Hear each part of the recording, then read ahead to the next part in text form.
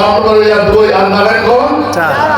এইখানে যদি খেজুর গাছকে ভোট দেওয়া হয় প্রধানমন্ত্রী কে হবেন? তারেক রহমান। ভোট দেব কিসে? গণনা হবে কিসে? ধানের শীষে। সহজ কথা, এটা রামদার তো কোনো কারণ নাই। আমরা 12 তারিখে সিল মারবো খেজুর গাছে, ভোট হবে ধানের শীষে। ধানের শীষকে বিজেপিরা করতে চান, যারা প্রধানমন্ত্রী হিসেবে তারেক রহমানকে দেখতে চান, কারা কারা হাত তোলেন? যারা তারেক রহমানকে আগামী দিনের বাংলাদেশের প্রাইম মিনিস্টার হিসেবে দেখতে চান, তারা 12 তারিখে এই 4 নং আসনে কোথায় পাবেন সিল? কারণ ধানের শীষ তো নাই। এইখানে কি ধানের শীষের খাওয়াতো ভাই তাহলে খেজুর গাছে সিল মারলে ভোট পাবে। আগামী 12 তারিখে একটা বিপ্লব হবে, সেটা হবে কি সিল মারার বিপ্লব, ভোট দেওয়ার বিপ্লব। আমরা সেদিন ভাগ্য নিয়ন্ত্রক হবে এই সিটটা। আপনার একটা সিটের জন্য নারায়ণগঞ্জ 4 নম্বর আসনে যদি কোনোভাবে জাতীয়তাবাদী দল হেরে যায়, আল্লাহ না করুক, হয়তো বা এটার কারণেই প্রধানমন্ত্রী হতে পারবেন না। কথা ঠিক কিনা? অতএব আমরা কোনো রিস্ক নিতে চাই না। আমরা ধানের শীষ আর খেজুর গাছের বিতর্ক করতে চাই না।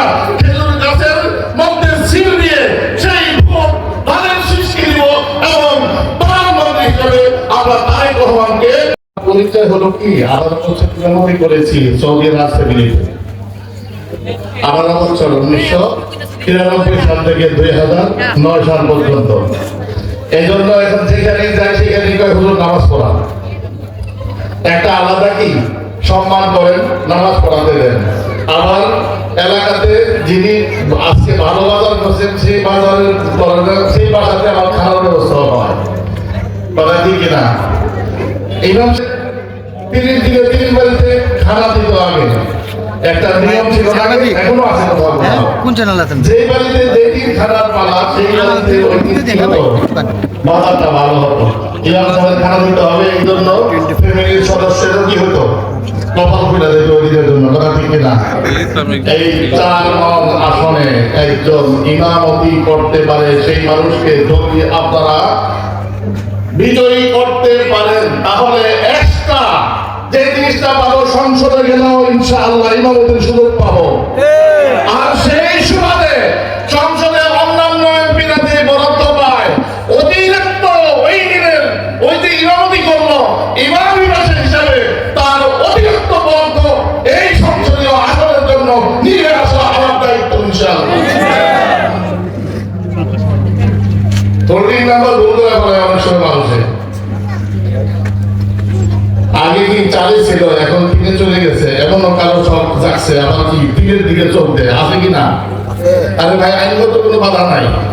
আপনি 3 ভোটার হয়ে কি 4 মধ্যে ইলেকশন করবেন, বগুড়া গিয়ে ইলেকশন করবেন, যশোর করবেন, কোনো আইনগত বাধা নাই। কিন্তু লাশ স্মরণ বলতে একটা কথা আছে, তো নিজের ভোটিং নাম্বার সেখানে কি রাখলাম, তাহলে দিকে তো ভোটার কেন? এইখানে তো শহীদুল ইসলাম টিকু আছে, এইখানে তো শাহরুখ সাহেব আছে, মশিউর রহমান রবি আছে। যদি জোটকে দেওয়া হতো তাহলে ধানের শীষকে দিলে এদের মধ্যে কাজ করতে দেওয়া হতো। কথা ঠিক কিনা? আপনি কে? আপনি জানেন কে? আপনার থেকে যোগ্য মানুষ আমাদের 4 মধ্যে অনেক আছে। অতএব ভোটিং নাম্বার ভুল করবেন না, নিজের জায়গায় থাকেন। আর এইদিকে চৌকুড়া নয়, এটা ভালো মানুষের কিনা পরিচয় বহন করে না। আচ্ছা, এই যে 296টা সিট, 300 সিটের মধ্যে 296 সিটে কি ধানের শীষে ভোট দিলে কে প্রধানমন্ত্রী হবে? তারেক রহমান। কারণ অহংকার দেশটাও কে হবে? তারেক রহমান। আর